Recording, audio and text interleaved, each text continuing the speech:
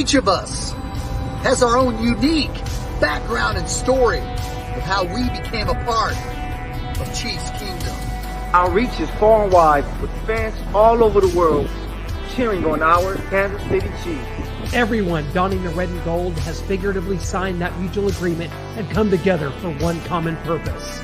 For 76,000 of us at a time, to descend upon Arrowhead, man our stations, let out our loudest battle cry to the tune of 142.2 decibels, and make that stadium rock until our opponents beg for mercy.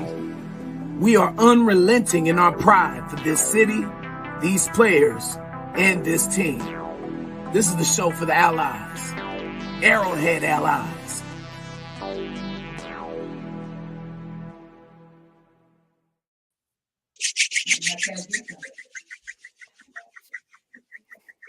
Welcome to and breaking news here on Arrowhead Allies. Thanks everyone for joining us. All sides, number 19. Oh, offense, 5 yards. Repeat, check it down. Clint, right into it here. oh darn! I mean, we've got Kadarius Toney. I had a whole intro plan to talk about the KC Current women's soccer team being sold out for the year, but yeah, this is fine. Yay! Oh, wow. Instead, we're talking about something that I'd rather not talk about. I'd much rather talk about the KC Current selling out their season tickets, but instead we've got to talk about Kadarius Toney's blunder. Another blunder from the receivers, costing the Chiefs a game. It's the theme all season long. But the Dolphins can do it. Jalen Waddle, that's fine. No flag there. That's perfectly okay. But Kadarius Toney lining up like that all game long. Dan Orlovsky went into it. No warning, no flag, end of the game, crucial play, game winner, not so fast. That's what the season is, guys. That is the story of this season. That is what this receiving core is. I told Noah that it's like, I'm deathly afraid of snakes, right? Okay, I'm deathly afraid of snakes. But guess what? Snakes are not out there actively trying to hurt you, believe it or not. They don't lurk. They lurk in caves, down by riverbeds. They're not trying to bite you. Imagine if all of a sudden snakes turned that energy onto humans and were coming after us, trying to bite us in our sleep. That is what this receiving core has become. Not only is it bad, not only is it, in my opinion, the worst in over a decade, and the numbers bear that out, it is now actively trying to hurt this team and Patrick Mahomes' prime year here in Kansas City, as we're in the midst of wasting a season of Patrick Mahomes being 28 years old. And guys, that is the theme. We've seen it all year. It started week 1, and here we are, another loss to the Bills, 2 in a row now. What is that?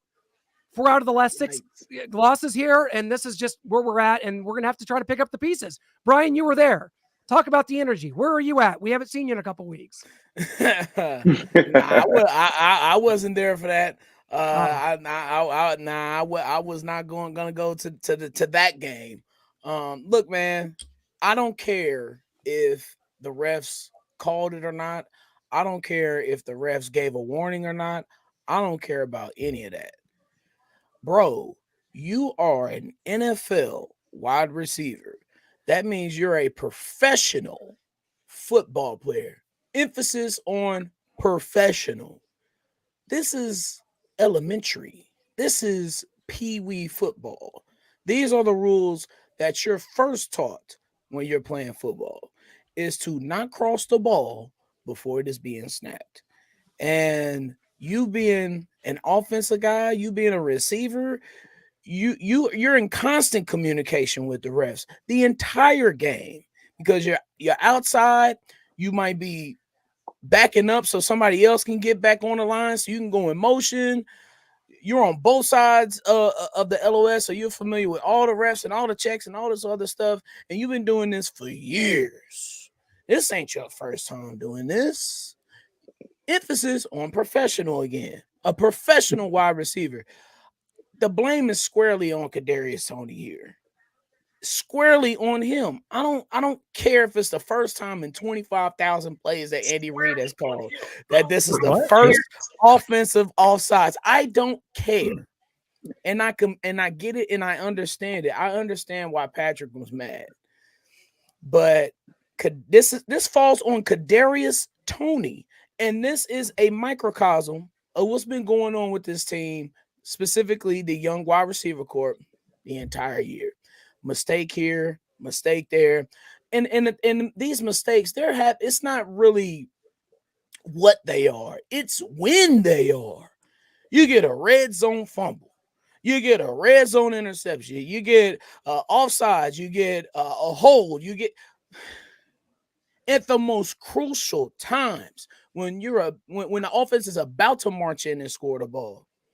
And these things are critical in the NFL, especially when the margin for error is so small and so slim. You see it with all these 7-6 teams in the wild card in the AFC. Everybody is even, man. The Titans just smacked up the Dolphins.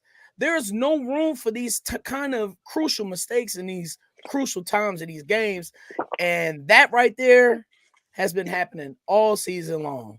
Yeah, and Shane, I want you to go into that, kind of what Brian was talking about, the bad timing of these penalties and these mistakes, and especially this one with Kadarius Toney after the greatest play we've ever seen.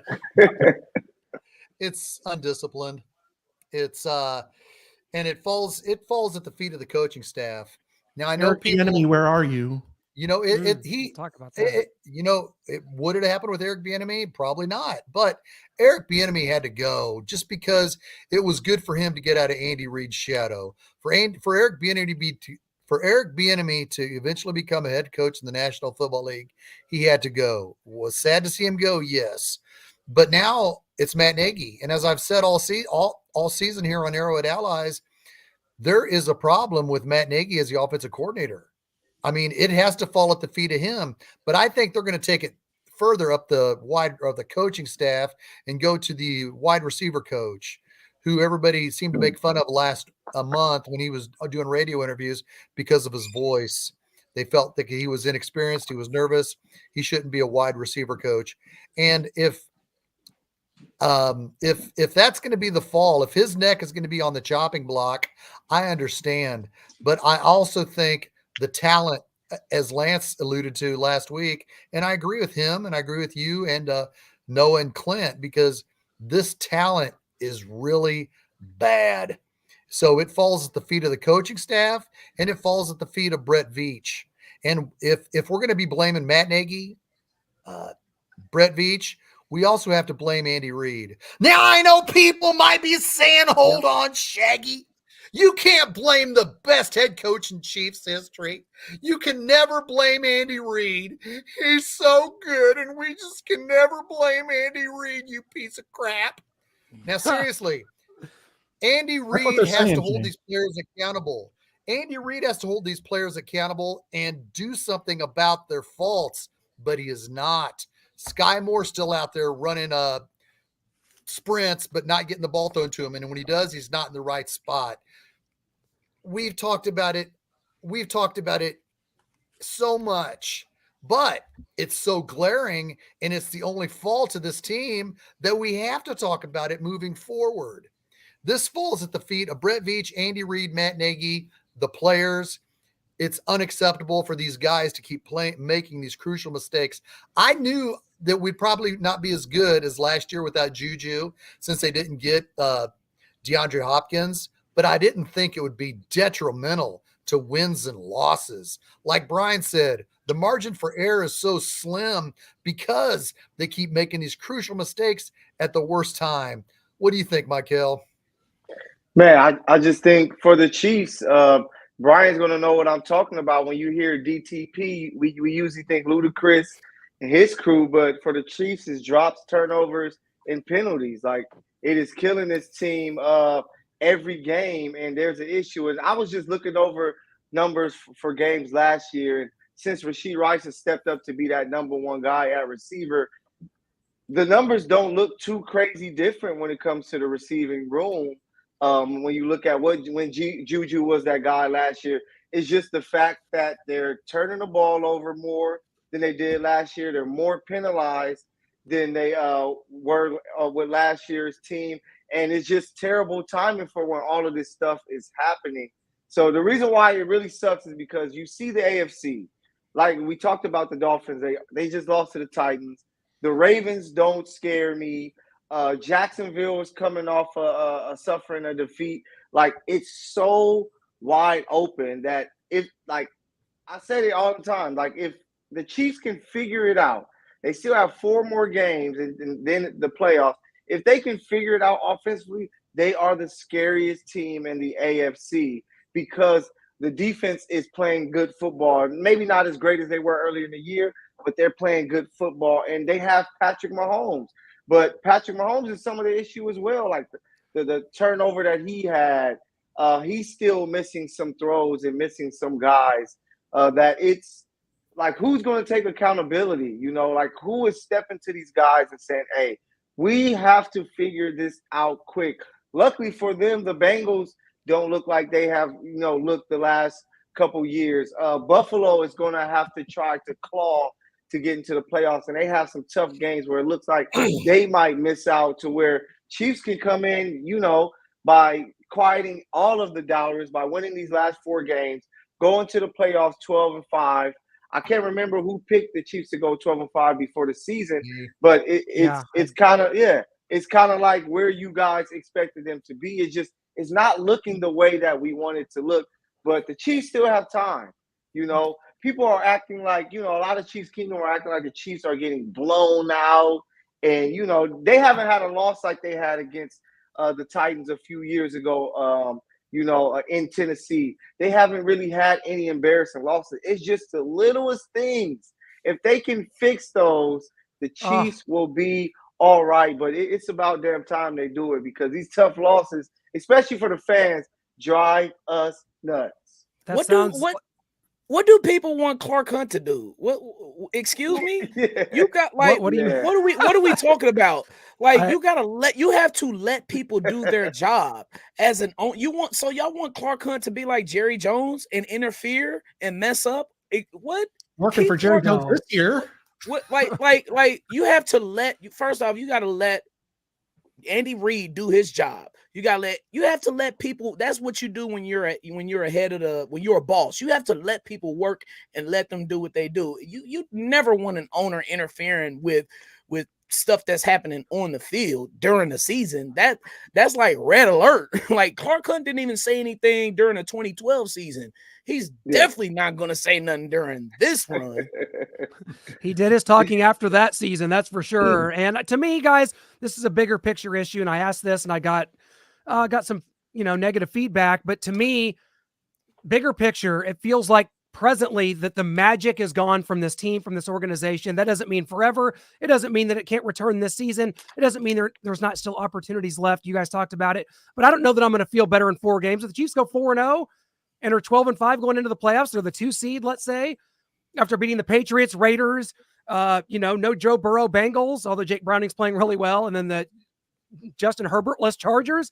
I don't know that that's going to really get me back on any kind of a high horse. This team's going to have to prove it in the playoffs. Can they get it done? Yes, but whenever the ball leaves Patrick Mahomes' hands in key situations, whereas before we stood up with our jaws to the floor and we wondered what is going to happen next? What are you going to see that you've never seen before? Instead, now when the ball leaves his hands, I wonder what hilarity is about to follow. A turnover, a drop, a penalty, it was a good play, but it looks like MVS didn't control it to the ground and it's an incomplete pass, or Travis Kelce wasn't focused, didn't make that play. Darn. This is what I mean about the magic being gone. It just feels, especially with the way some players are kind of handling this right now. You saw Patrick Mahomes lose it. I'm not going to get on him too much for that. I love the emotion. I'm an emotional guy myself. Chris Jones going at it with Joe Cullen on the sidelines. It's all, though, kind of adding up to this season has just felt weird since week 1, since Chris Jones sat in the crowd with popcorn like Priest Holmes in 2004, just watching a game in the crowd with his agent, perfectly healthy. Travis Kelce injured before week 1. That's a loss. It's just felt weird from the beginning. It hasn't felt right. And here we are now, 8-5. But like you say, it's not over. There's stuff out there to play for. So you might as well just believe until you can't anymore, I guess. You can still right the ship.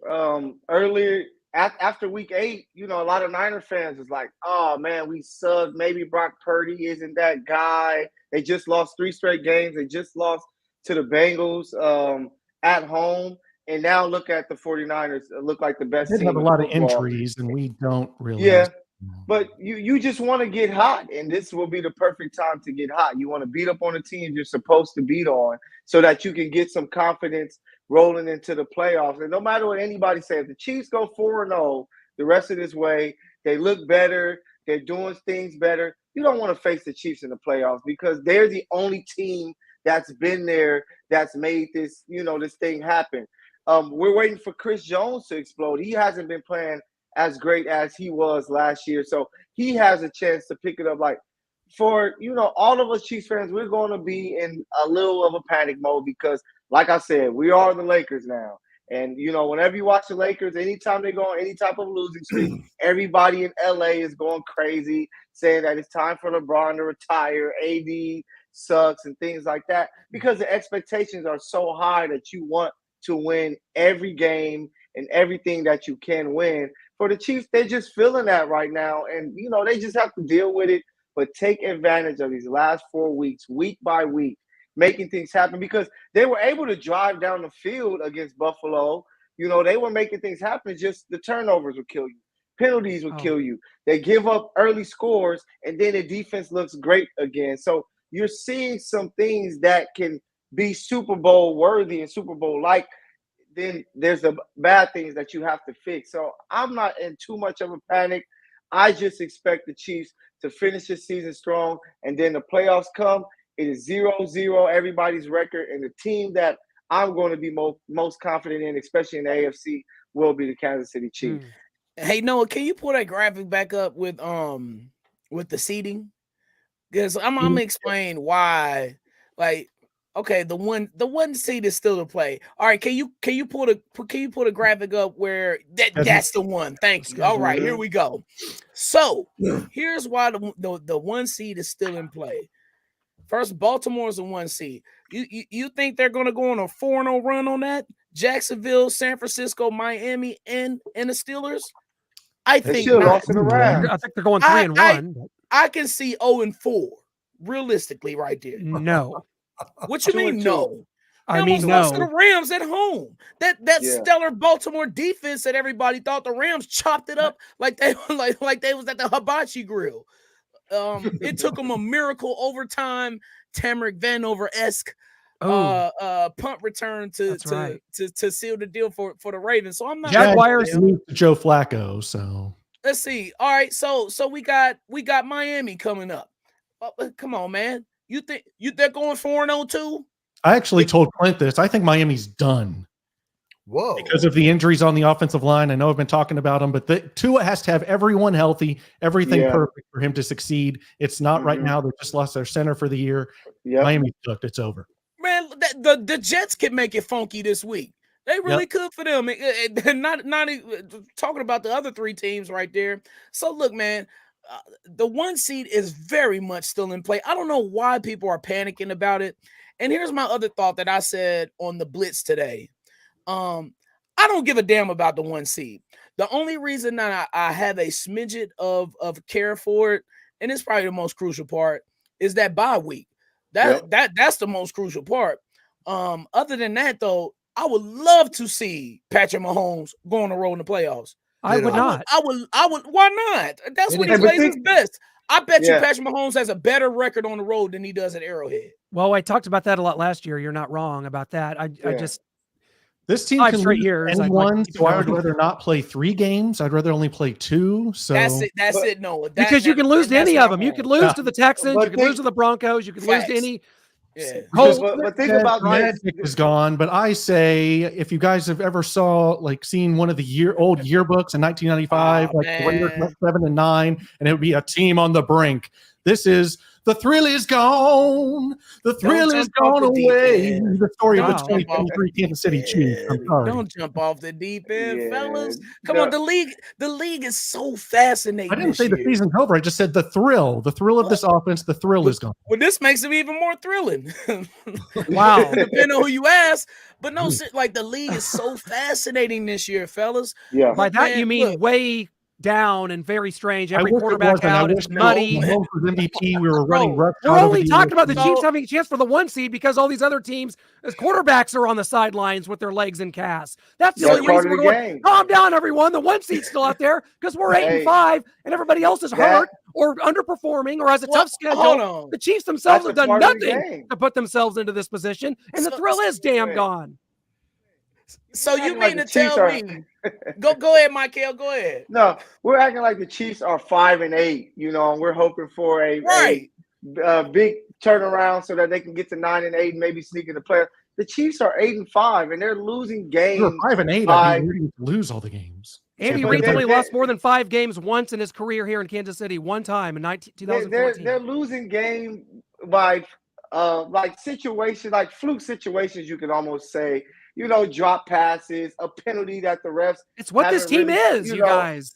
Yeah, but it can all change, with a 4-game winning streak against teams that you're clearly better than and that you're supposed to beat. That's why I'm even thinking that even getting a bye, do we really want the Chiefs team to win 4 straight and then have to sit and Yes. these guys forget once Yes. again, like, oh, how do we catch the ball? Yes. But of course you want the bye because the rest and injuries and things like that. But the main focus is just taking winning each game, taking advantage of each game, but it's just trying to get these 4. And it's all set up perfectly for the Chiefs to do it. Pats, Raiders, Bengals, and then you have the Chargers with no Justin Herbert. So it's just about, if you know sports, they always talk about the big MO. It's about momentum, and you want to have that. And if you can get that rolling until the postseason for Kansas City, they can be in the best situation that we can ask for, or they can be a team that's going in with already with 12 wins and lose 2 games at the end of the season. I'll prefer a team going in with 4 straight wins that you can say, hey, they're hot right now. Let's see if they can carry it over. Shane, I know Shane, I want to go to you with this. Are you going to feel comfortable going into the playoffs? The Chiefs are 4-0, but they've played 4 backup quarterbacks. And what if they win the games like 17-13 and they're not looking much better on offense and there's still mistakes, but they're 4-0 heading into the playoffs? Are you going to feel better about this team? No, gentlemen, we have to take it one game at a time. I know it's easy to say 4-0 because the Chiefs have lost, the Chiefs have started the last 3 games extremely flat. They were able to bail out against the Raiders and pull that out, but then they started flat the next 2. It's inexcusable. It's unacceptable. Now, as I was talking to Clint Noah before the show, I wanted to go watch a Chiefs game with my best friend Clay Windler without any stress last year. We looked on the schedule because we don't like to watch games when we're stressed out. And we looked at the Texans game. It was 360 days ago. The Chiefs went on the road needing to hold on to that number 1 seed to play the 1-11-1 Texans, and that game went deep into overtime. It was stressful, which brings me to this weekend. I'm not going to do my prediction yet because we're not there yet. The Chiefs have to start fast. The Patriots defense is number 1 against the run. Are the Chiefs going to continue this trend of, well, I guess we'll let the Patriots kick 2 field goals? I mean, we got to come out and say we're world champion Chiefs. We got to take the fire that Patrick Mahomes just had at the end of the game. We got to take that fire that is freaking running deep inside our quarterback and put the Patriots in their place. Then if you guys want to talk the next 4 games, that's fine. Because that's what we do. We can't just sit around and talk to Patriots. But to me specifically, I want to see the Chiefs come out and all of a sudden, boom, be up 10-0 with 3 minutes left in the first quarter. It can't be, man, we're at the 2-minute warning and it's 6-3 Chiefs in the first half. It can't be that kind of game because that plays into Belichick and how the Patriots run their defense. So we have to come out strong. Would I love to win the next 4 games? Of course. Would I love to have home field advantage again? Yes. But until this team shows me that they can do it, to piggyback off Lance Twidwell, what he said on Starcade Media with Vaughn Booker, he said the Chiefs' number 1 enemy right now is themselves. Soon as they cannot beat themselves and come out and play on fire this Sunday, then I'll feel good and we'll have a different take next Tuesday. What do you think, Clint? That's a great point. You made some good points there. And, I kind of wanted to go to this because, we've been talking about this defense and how good it's played for much of the season. I think that Noah and I have been talking how it's maybe regressed a tad from a great defense to just a very good defense. Whatever, we're splitting hairs. It's ranked 6 overall in total defense. But, guys, this is kind of the argument Noah and I have been making for the whole year about the offense. And, you miss a Tyreek. We keep bringing that up. But which team was closer to winning a Super Bowl? 2018 where the defense was ranked 31st, or 2023, where the defense was ranked 6th? Brian's laughing, and whatever he's about to say is going to really anger me, I'm pretty sure. The answer, I'll give you the answer, is 2018. So Yeah, I'd go with 18. Well, and that's with the 31st ranked defense with Ron Edwards back there and Orlando Scandrick. Steve Nelson. That's where we're at, folks. Well, there's your defense. The league was different. Like, yeah. What do you mean? Because now, what I mean is that this year the defenses have caught up with the offense. That 2018 Chiefs offense, I ain't never seen an offense like that before. I like the Rams. You can compare it to the Rams offense in '99, compared to the Patriots defense in 2007, Falcons of 17. That offense was like, you already knew what was about to happen. But the other team, there was no film on Patrick. There was nothing on Patrick Mahomes in this offense as it was in 2018. But to your point, they also had good players. But to your point, hell yeah, that defense, that like they can muster up a stop here and there in some spots. Maybe not against the Rams on Monday Night Football, but that's another story. Did lead the league in sacks.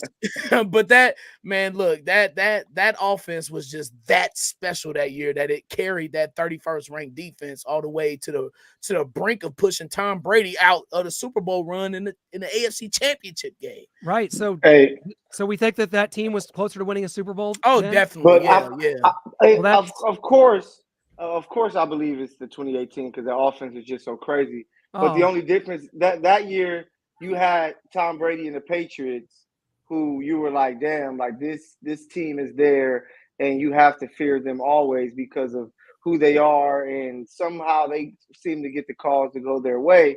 But this year, there's no Patriots in front of the Chiefs that you have to fear. Like all the teams that's above them are teams that we're like, I don't know. Like, I don't know if Tua can push his team to a Super Bowl. I don't know if Trevor Lawrence is ready to take that jump. I don't know if, without their star tight end, if the Ravens can make that jump. Like, you're just unsure of anybody that's in front of the Chiefs in the AFC, where that year you knew it was going to be the Patriots. It was going to be the Chiefs. And could the Chiefs somehow beat the team who's done it before? And the team that done it before did what? Made it to the Super Bowl and won the Super Bowl. So that's why I'm not, in this mix of the Chiefs are doomed, this and that, because just the AFC, you're just unsure about everybody. Now, if they're in the NFC, it'll be much different. It'll be like, I don't think they can get through the Niners, Cowboys, and Eagles to make the Super Bowl. But in the AFC, I'm just like, hey. But I think they can. The Chiefs should have beat the Eagles, man. Of course we didn't, but yeah. If you look at the game and contextualize it, and you saw what happened, like the Chiefs were this close to blowing that thing wide open earlier in that game. And the 49ers, come on, man. We've seen this from them before. I think the Chiefs can hang with any team in the league. I think the Chiefs are right there at the top of the list with the Eagles and the Niners and the Cowboys. These turnovers are so crucial, man. I know, I get it, but it seems like we're a long way away. It does. But if the Chiefs can, somebody said it in the comments, -7 in turnover ratio. Yeah, there you go. Season, that's it right there. Not lockdown corners and stuff, but can they pick the ball off, please? No, this defense doesn't turn the ball over. It does not do that. Yeah, we don't have playmaking corners. I mean, it's very good. Again, it's very good. Yeah. But is that? I guess my point of all this was to throw this up as just like we were all about this building this defense, and it just not trying to throw light on it, Brian. I'm just, for lack of a better term, the everybody eats mentality, and it ain't working with this differently group. built team. It's not working. Yeah, exactly. And it ain't working with this group. And that's okay. So that goes to my question to Shane. You brought this up, so this is I got to give credit to Shane here. Who do you want? The 2014 Chiefs receivers, no touchdowns in the season, or this current group? 14. Probably the 14, hands down. Junior Hemingway, Jason Avant. Junior Hemingway, Thomas, look at him. Wearing the 88. Yep. Jason Avant. Yeah. Thomas. AJ Is that Jenkins? AJ Jenkins? Yeah. Yeah, I mean, you saw what Patrick did with Albert Wilson in one game. in the last game against Denver in 17. And you got Dwayne Bowe he had his moments in 07, his rookie year. He had a great year. Second leading receiver in Chiefs history behind Tyreek Hill. It's like Patrick just needs guys to just simply do their. You don't need anybody to be spectacular. Just catch the ball and not have any crucial penalties at crucial time. And be able to adjust your route properly where Mahomes expects you to go, where the defense is telling you can go. Don't run your post when the safety's in the middle hole of the defense. Run a go like Patrick was expecting and throwing to Justin Watson several weeks ago against the Eagles. But no, he says there's a post on paper. I'm running a post right into the safety and the ball's over my head and I don't know what I'm doing. Darn. You got it, Shane. I'm just going to say this real quick, and I'm going to throw it to you, Michael. If I'm the Chiefs wide receivers, I say let's not get a group picture in the end zone before the game today. I said that weeks ago. These guys need to stop doing this. It's a joke. It's embarrassing. Good call, Shane. They got to swag out, man. Yeah, they we don't want. They got to show some confidence. You know, they got to believe in something that they're doing, and maybe the picture is clearly the best thing that they can do. But you know, I'm just curious. Like, I really wish I could be a fly on the wall in that building, and when they have their meetings and stuff like that, because is Patrick Mahomes in there? As crazy as he went on the sidelines, clearly he's frustrated because he feels, hey, we should have got a touchdown. I believe we would have won that game, and all of this talk that we're hearing right now will be dead silent because the Chiefs would be in a much better position. But I'm like, is Pat in this room and really breaking this stuff down with the guys? Like, hey, Sky, I wish on this play you would have just stopped. MVS, you made this route. We just needed 12 yards. If you could have just come back to the ball. It seems like the attention to detail with these wide receivers isn't great. So I don't know what's going on with the coaching there. I don't know what's going on with Pat talking to these guys. Or maybe Pat is just a little bit off. And he has to reel himself in and get things together. We clearly missed Pacheco this game because, Andy didn't want to run the ball as much as I think that he could have ran the ball. And you just missed those extra plays that Pacheco can bring you. And then last year, the Chiefs kind of had an aberration with Jerick McKinnon. He was a guy that was able to score, 9+ touchdowns last season to help in the red zone, where this year the Chiefs are either kicking field goals or turning the ball over. He was a guy that was like, hey, we know that we can count on this guy to go and get some touchdowns, which he did last year, where he got a touchdown this game, but it's just the Chiefs just aren't finishing these drives. And it's not like their offense is just they getting the ball and it's just terrible every play. You're like, oh, they're making nice plays. They're getting to a spot. Holding. You're taking them back. Offsides, you're taking yourself back. And it's just those little tweaks that if the Chiefs can somehow fix within this next 4 games, that we can be going into the playoffs with a different type of confidence for this team. I think Shane said something like, we don't need Tyreek Hill. He can keep his stats and his numbers. We got Jerick McKinnon, the touchdown machine. Yeah. But then there's, I think Brian agreed with this last night. I think it was Chris Sims that said Tyreek for MVP when you saw the Dolphins offense when he was out, and DeAndre Hopkins saying cheetah for MVP, give praise when it's due. And that's because every quarterback is hurt except Patrick Mahomes, who's having the season he's having. Yeah, you saw the Dolphins. The Dolphins. You saw the Dolphins offense. Yeah, you saw the Dolphins offense literally change in a span of minutes when Tyreek Hill was out, and their whole team changed, and maybe the trajectory of their season has changed because Buffalo is coming for their ass now. Miami winning the East is not sold up, fellas. It's not. Is us winning the West sewn up? No, it's not. Right. It's not. Chiefs drop a game here, and Denver is in it. They beat us. And our the thing that I was harping on last week is that we have a lot of NFC losses. We didn't have a lot of AFC losses. Well, this marks the second one now. This marks the second one. So, if not the panic button, but if the red alert button hasn't been going off in the locker room yet, I don't know when it will. Yeah. Yeah, we got some questions here that I want to get to. It's just talking about Do you think the Chiefs can make it to the Super Bowl? Oh. Can? Yes. Absolutely. Will? I wouldn't put my money on it as the betting favorite. I wouldn't say the Chiefs are the betting favorite in the AFC. My fear is I'll still put my money on it. My fear is beating 4 beatable teams with backup quarterbacks, getting the bye in the number 1 seed, and going up against, I don't know, Baltimore. And then we're not really accustomed to playing anybody good since we haven't played anybody good in a month and a half if we get the bye and the 1 seed. So I know it's people don't like it, but I would take the season as I wouldn't mind going to the freaking playoffs as a 7th seed and watch Patrick Mahomes freaking take the Chiefs to the Super Bowl, because it would only enhance his legacy that much more. Is that what told me? It's like God came down and told me, like, if you're the 7th seed, he's going to win all these games and enhance his legacy. And I'm sure, but if I'm not assured of that, then I want nothing to do with it. So there's that. Do y'all think this will be? We look back on the legacy of Patrick in a Chiefs uniform. Y'all think this could be the worst team that he could have? I think it's a good debate. It's something good to bring up. I mean, let's look at what I don't have the stats in front of me. Let's look at what Joe Montana did in 1985 and 86 and 87 while the Bears, Giants, and Redskins were winning the Super Bowl, because evidently they weren't going, but they were still changing. They were still a dynasty. They didn't go 3 years in a row. But you know what Bill Walsh did in the 1985 draft? He just went to the Super Bowl and won it.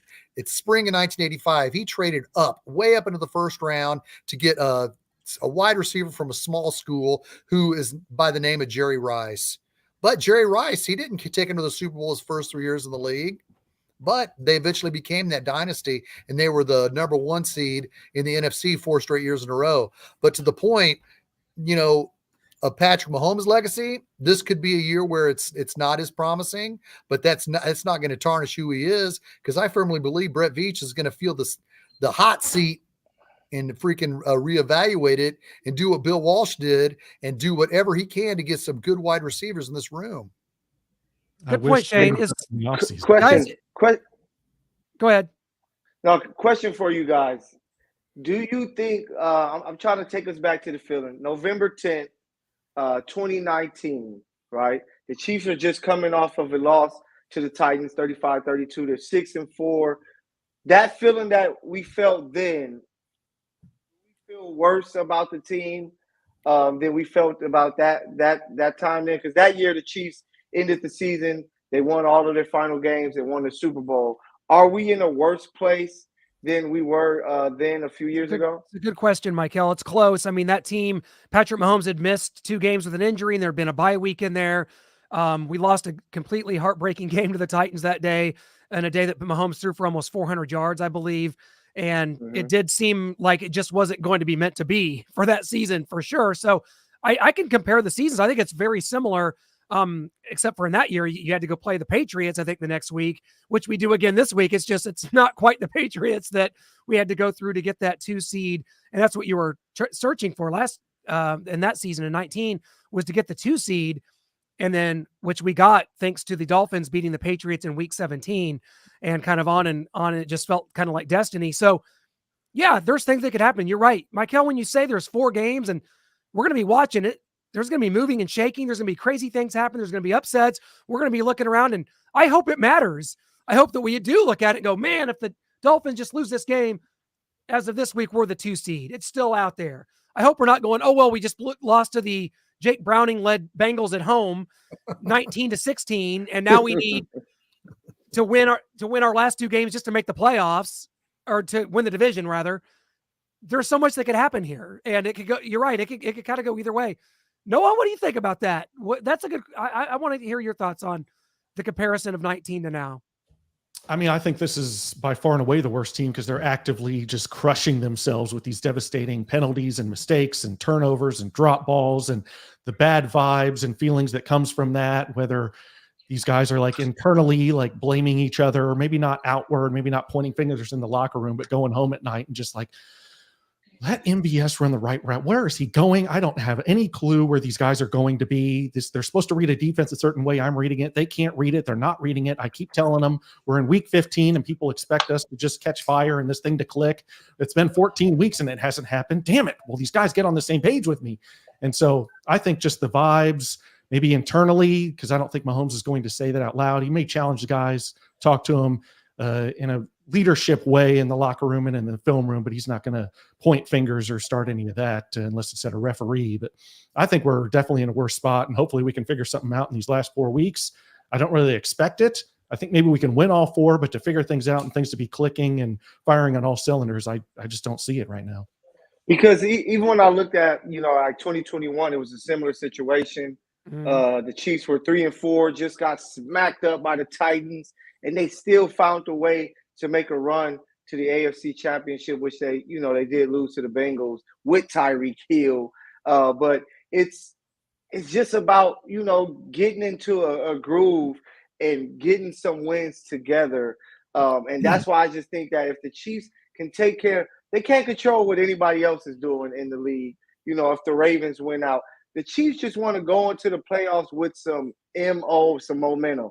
If they can pick up these victories and, get the offense going, the defense is making plays, and their confidence is fully up because they're smacking on these teams with their backup quarterbacks, I think you will fear that team more going into the playoffs than anybody in the AFC, even if the Ravens have home field or if the Dolphins have home field advantage, because the difference between 2019 and this year's team has a lot of players who has won Super Bowls, multiple Super Bowls at that, to where 19, they were still trying to get over the hump and finally make it happen. And Andy Reid is going to be, together. Like you see it a lot in basketball. A lot of times it's not about we want to have the top seed and go and win the championship. It's like, no, we just want to go into the postseason with a higher seed, make sure that our confidence is flowing, we're playing well, so that we can make a run to the NBA championship. And I think it's the same way with the Chiefs. If they can take care of their business,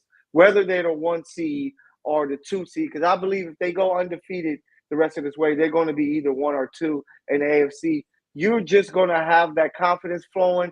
That means some stuff is going to be ticking on the offense. That means the defense is going to be playing better. We really missed Tranquil last week. I think he would have been big as far as stopping James Cook to help the defense even more. So getting some guys healthy, maybe even see if Ross can somehow get in there and make a play or two, to help. But I still believe in this Chiefs team, and they just have to take it a game at a time, like Shane said. And if they can do that, man, they're still the scariest team that you want to play in the AFC. I just think some of those problems were like the 2021 was like the shell coverage. It was things people were doing to us. And this season, it's things we're doing to ourselves and not being able to correct it that has me more worried. This is the late December 12th, 2023. Any year from December 12th, 2018, 19, 20, 21, and 22. This is the latest in the year that we've seen this offense under Patrick Mahomes play this bad. Yeah. We've, like I said, the October swoon. There was always an October swoon except for 2020. Every year with Patrick Mahomes except for 2020, there was always an October swoon. But this year we didn't have the October swoon. Now we're kind of like in this late November, early December swoon that we've never experienced. And I know people are saying, what do you mean swoon? We're in first place. Well, our offensive tackle, right tackle leads the right tackles in penalties and all of NFL. The NFL in penalties. Yeah, and we're dropping passes and obviously everything that we've already talked about. But this is the latest in the year since we've had Patrick Mahomes, December 12th, that we're going, oh, man, we're concerned about this, that, and the other. It seemed like every year under Patrick Mahomes, come December, all the problems were resolved and we were streaking. Going back 2 years ago when we were 3-4 on Halloween and dead last, come December 12th in 2021, we were on the rise. This is the first time we're kind of on the decline. So that's how I feel about where we're at this late in the season. It's the first struggle this late in the year under Patrick Mahomes. What do you think, Clint? I have to ask this because Michael was there. Noah, Michael, and I were there in Vegas when this player was drafted. We watched it all happen together, became fast friends that day. Is Sky Moore cut? Is Sky Moore going to be cut after this season? I say he should be. I also say he won't be. I think he will be. Yeah, I think it's all going to be on how he finishes season. If he is still a guy that's if he can, make a few catches and they're like, okay, you can give us, 3 or 4 catches, a game, and maybe like that's 3 or 4 first downs and he's helping out, But if not, if this is what we getting from Sky Moore, I think next season, I don't think he's going to be a Chief. You I think think has after that ability to look within and say, "Hey, everybody, I'm showing the whole world. I'm an idiot. I made a mistake. Fired." I don't think so. Yeah, they did it with, what was the year they took a guy, I believe, in the third round, and he didn't even make the team, the DB. I can't remember his name. From Notre Dame. Yeah. Yeah, from Notre Dame. Yeah. So the Chiefs know how to say, hey, we made a mistake. This guy didn't, pan out They the did way it that with we Breland wanted. Speaks. Definitely Yeah, Speaks. Breland as well. Is that what Yeah. this would be, kind of, Shane, for you? Kind of a Breland Speaks type situation? I think after the Chiefs pick up Mike Evans in free agency and draft Keon Coleman in the first round, Sky Moore's not going to make the team next August. Oh, Mike Evans is too old for Brett Veach, I think. He's in his 30s. Yeah. Right? But it's I think they obviously Brett Veach is going to have a lot to learn, and he has learned. I'm giving Brett Veach the benefit of the doubt to feel that seat. That seat is hot. He knows he's got to get Keon Coleman. He knows he's got to get a big name free agent. He knows he's got to get studs. And I think within the first and second round, the Chiefs are going to get some studs, and they're going to get a free agent. I don't. I do not believe in that whatsoever. You have to. He has to. Not just you and me, because you, Clint, you and Noah and Lance Twidwell have called your shot. You said this is glaring, this is a problem, and you guys said it. And you know what? You're right. And I think Brett Veach. I'm not happy about it. No, I'm not happy about it because you guys called it. You three called it with Lance Twidwell because this is Patrick Mahomes' prime year. That's going to be the narrative on Brett Veach all offseason. Man, I just wasted Pat Mahomes' prime year. He has to get two stud wide receivers in the first and second round, as well as pick up a stud free agent, which, since we're talking about Sky Moore, will push Sky Moore off the roster on the final cuts next August. That's my opinion. That could be a thing where he final cuts, he's just not good enough. But But I'm just curious to see, because I saw somebody, KSU 1989, what a great year that was. To see how things finish, because like McCole can be a guy that can come in. I forgot about him. Forgot he was on the roster, actually, literally. With some gadget stuff, and he's still a speed. You can't teach that type of speed. But it's Rashee Rice is a guy that I really trust in. And I just think that But he's a rookie, and he put the ball on the ground last week, and he's our best option. That's what's scary. Like, he put the ball on the turf and turned the ball over, and he's our best. That's just it. And McCole Hardman, for his sake, I hope to God McCole Hardman comes back and does something this season, because he has another child on the way. He has a gold-digging girlfriend that's wearing mink coats and fur coats and chains all over her neck. He better damn well hope that McCole Hardman comes back and does something. Otherwise, he's going to be applying for paraprofessional jobs at local high schools next year, or trying to coach receivers at Liberty North High School up here. That's the truth. That's the sad truth. Hey, did we kind of pressure Veach a little bit too? Because all the Chiefs fans are giving all this praise to Justin Ross and saying he's the next AJ Green or whatsoever, to where he kind of believed the hype. Shane. And it was like, all right, maybe I can go, because it looks like he hit with Rashee Rice. He's like, maybe I can have this guy. And then, man, we just can't overlook the coaching, because you have Travis Kelce, who's clearly our number one guy. He's playing 90% of the snaps. We all, or at least I expected him to come in that, okay, I think we might see a little more two tight ends, because Noah Gray is an emerging guy that can do some things that can, help you out if the receivers are playing. And the guy can't get on the field. Is Zach Ertz going to sign anywhere? Anybody? Zach Ertz? Can we get the Chiefs uniform? That will be great, but the coaching has to be great as well. And this year, as much as the players are letting everybody down, the coaches are failing too. So they have to figure it out and get to these guys and get the best out of this offense, because the whole offseason, you've been telling us that this was enough. You better show us when you have 15 and a defense that has surprised everyone with playing how well they have for, so far this season. And Shane, I know we talked about this a little bit, but the offensive numbers are getting closer between the 1995 Chiefs and the 2023 Chiefs, and the defensive numbers are getting further apart as we're giving up more and more points as the season goes along. And we've gone from Bono to Mono. Oh no. That's a scary stat.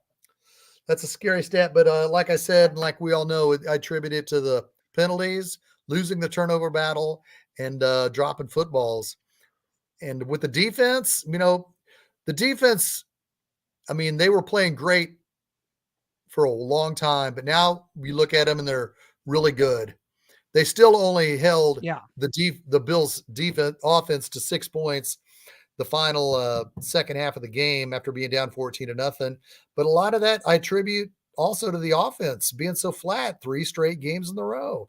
I mean, Patrick Mahomes threw an interception on the first possession, trying to loop it over to Sky Moore, and the defensive end jumped up. I think Brad wants us to answer. He doesn't think we see the comments. We pull them up when they're on screen. That means I'm clicking them, so we do see them. Sky Moore as bad of a pick as I think he means Jamarcus Russell for the Raiders. Probably not, because that's a number 1 overall pick quarterback you're trying to build your franchise around. Hopefully they weren't trying to build the franchise around Sky Moore, so I would say unless he's talking about Demarcus Robinson, in which case I wish he was back on the team right now. Yeah, I had a touchdown against the old Ravens. Yeah. Let's give some good props. If we had to give a game ball to this Chiefs game last Sunday, let's give it to a gentleman who joined us, a gentleman who joined us as soon as he was drafted, and that's Wanya Morris. He had a solid, like I said, Andy Reid never played Eric Fisher at left tackle. I don't know why. He never played him at left tackle his rookie season, and he was the number 1 overall pick. Wanya Morris has already beat out Lucas Niang, that other guy that we got in the 5th round of the 2022 draft. Kennard.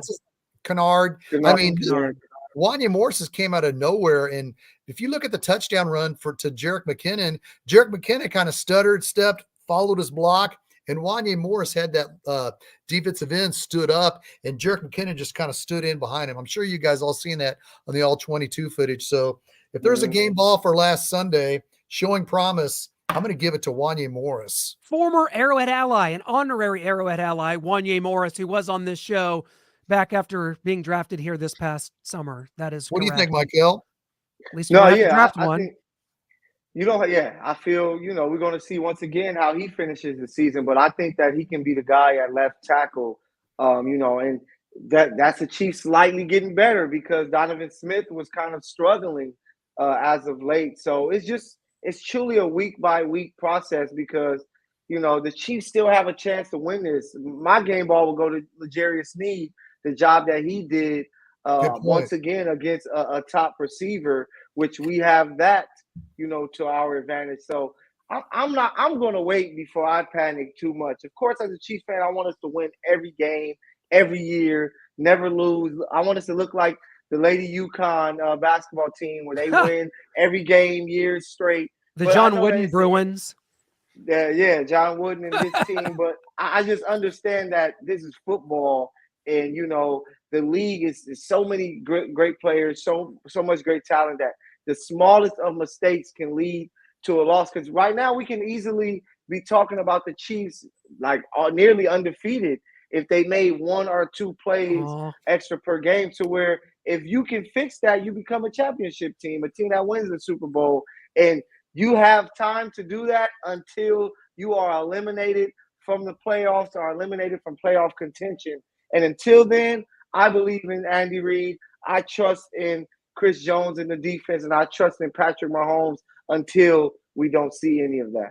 I do not trust in Mike Edwards. I think we missed Brian Cook. Mike Edwards is looking kind of shabby out there. Gave up the 4th and 1 deep pass against the Packers, and then the Josh Allen falling out of bounds. He just lets the running back go. I believe it was Latavius Murray, and he's running down the sideline, drops the ball. Thought it was a fumble, but doesn't matter. Unable to recover the key fumble. How can't you?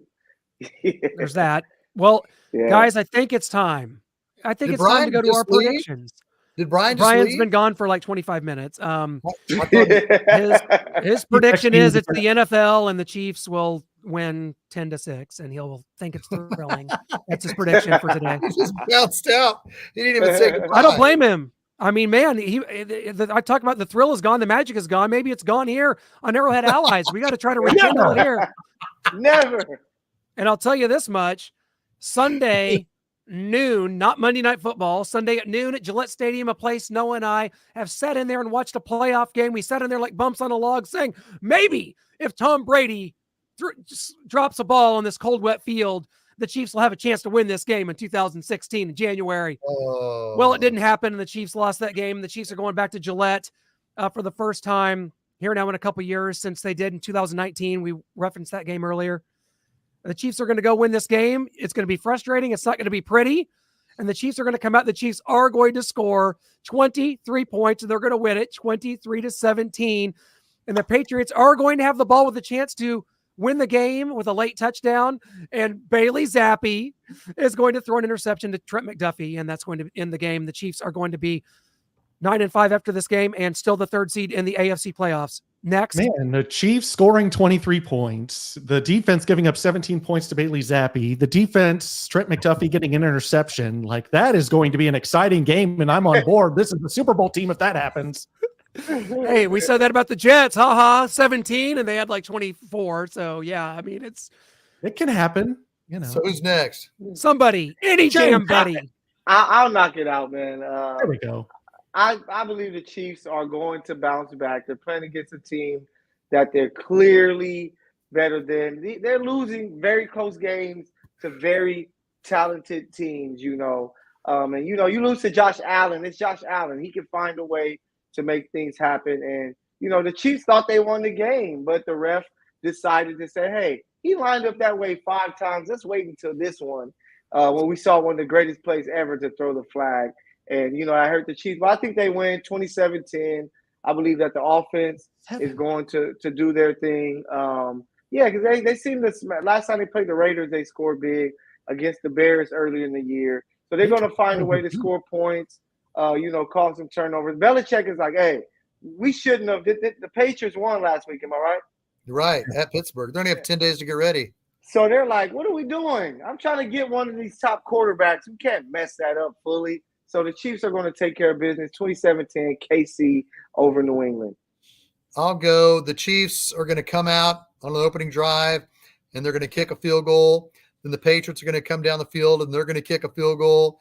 Then the Chiefs are going to go down the field, and they're going to kick a field goal. Then the Patriots, they're going to be undaunted. They're going to go down the field, and they're going to kick a field goal. So it's going to be 6-6 at halftime. The Chiefs are going to kick a late field goal. They're going to be down 16-13. Butker's going to hit a 30-yard field goal to send it in overtime. And with 30 seconds left in overtime, Harrison Butker's going to kick a 48-yard field goal, and your Chiefs are going to be victorious in overtime. 19-16. You left me in suspense. I didn't know if the 48-yarder was going to be good or not. It just went over the crossbar. Oh, the winds were swirling there, but we got it. You know, I have this not as exciting as you guys do, whether it's Shane's overtime back and forth, whether it's Clint and Michael having this offense exploding for plus 20 points. I've got this one 17-13. Bailey Zappi has the ball at the end. He's down 4, but this game just stinks. The thrill is gone. The thrill is gone away because the thrill is gone. Very boring game. 17-13 get the win, but it is a snoozer. I'm sorry if you watch it, and that will be me. I'm sorry to myself. Hey, my guy Brad Curry is going to be in the building from Maine. There's no way the Chiefs are going to let him down and give them a terrible performance. They let us down. Clint and I were in Lambeau. They let us down. Yeah, I guess. Yeah, I guess. But I think you guys are kind of cursed, you know, especially when Clint goes to games. Yeah, what he did.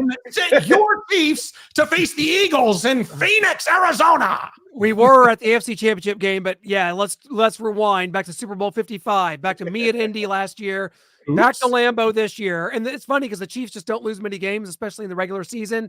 But do we find a way? I want to say this before we wrap it up, Clint, and I want to ask you this specifically.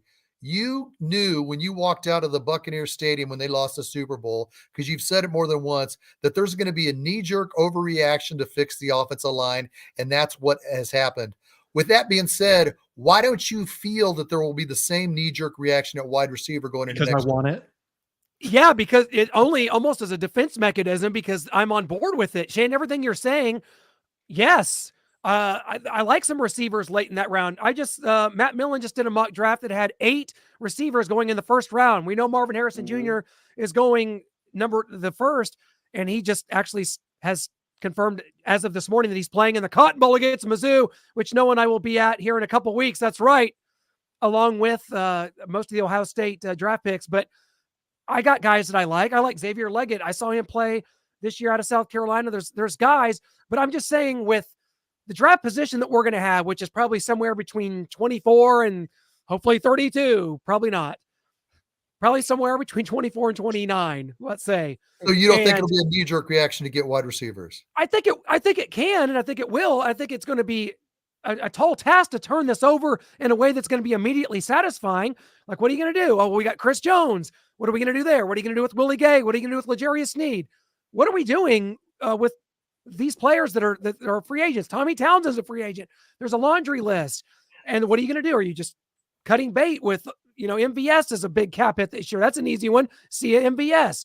Sky Moore, you're out the door. Are you just trying to go after a T. Higgins? Can you pull that off? Do you have the money for that? Is it just down to, okay, maybe we could try again for D-Hop.